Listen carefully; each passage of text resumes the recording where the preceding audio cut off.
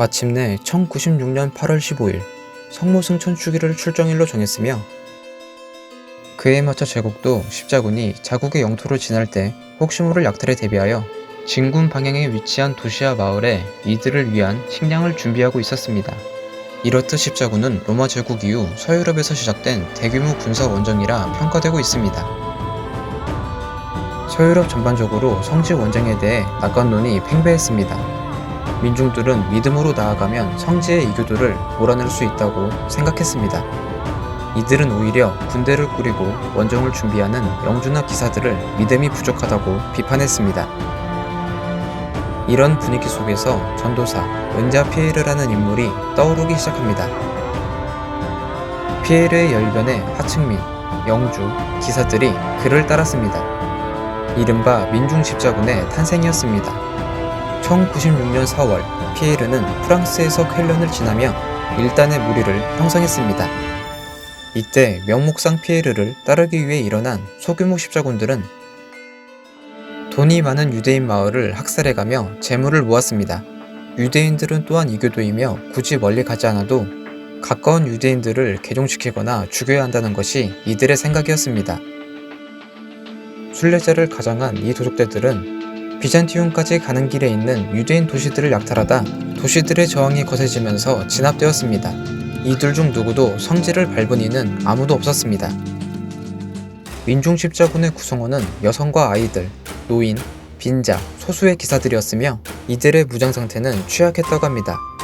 피에르 무리의 최대 장점이자 비장의 무기는 신에 대한 믿음이었습니다. 그것이 전부였고 그것밖에 할 수 없는 이 집단은 시간이 갈수록 거대해졌습니다.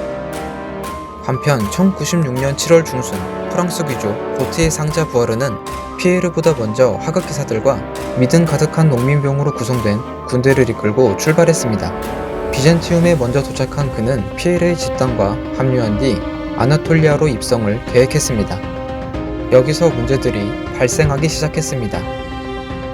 황제는 교황과 약속된 십자군이 가을 추수기쯤 도착할 것으로 보고 준비를 하고 있었는데 예고도 없이 도착한 이들에게 내어줄 식량이 있을 리가 만무했습니다. 민중십자군은 제대로 된 병선도 없었고 대부분 가난한 자들이었기에 피에르의 집단은 헝가리, 불가리아, 그리스 지역을 지나면서 약탈, 절도, 폭동을 빈번히 일으켰습니다. 믿음으로 나아가던 이 거대한 집단의 행진은 선량한 타국인들에게는 그야말로 재해였습니다. 마침내 피에르의 집단도 8월 1일 비잔티움에 도착했습니다. 황제는 더욱더 난감했습니다. 이 대집단을 아나톨리아로 수송하는 것도 만만치 않은 일이었기 때문입니다. 일단 황제는 피에르에게 십자군 본대가 도착하면 그때 나아가라고 설득했지만 이미 식량 문제로 주변의 민가에 약탈이 가중되기 시작한 상태였습니다. 또한 대부분이 하층민이었기에 이들은 본대의 귀족들과 성지 탈환의 명예를 나눠 갖기 싫어했습니다.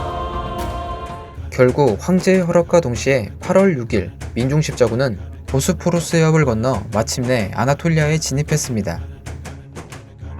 이후 진군 방법에 대해서 프랑스와 이탈리아 출신 집단과 독일 출신 집단이 갈라져 다투게 되었습니다. 군인도 아니었으며 이들을 통제할 카리스마 있는 지도자도 없던 터라 민중십자군은 진군하지 않고 주변 마을들을 약탈하기 시작했습니다. 피에르가 황제와 전술 의논으로 잠시 자리를 비운 사이 프랑스인들의 약탈이 성과가 있자 독일인들은 내륙 깊숙이 약탈을 하다 결국 룸 술탄국 군대에 의해 전원 사로잡혔습니다. 개종을 거부한 자는 전원 처형됐으며 개종한 자는 동쪽으로 보내졌습니다.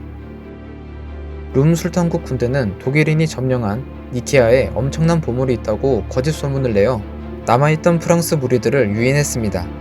재물에 눈이 돌아간 프랑스 무리는 당장 니케아로 행진하려 하는 중 살아남은 독일인 무리가 그들이 당한 참상을 전했습니다. 그러나 이들은 죽은 순교자들의 복수를 다짐하며 니케아로 진격했습니다.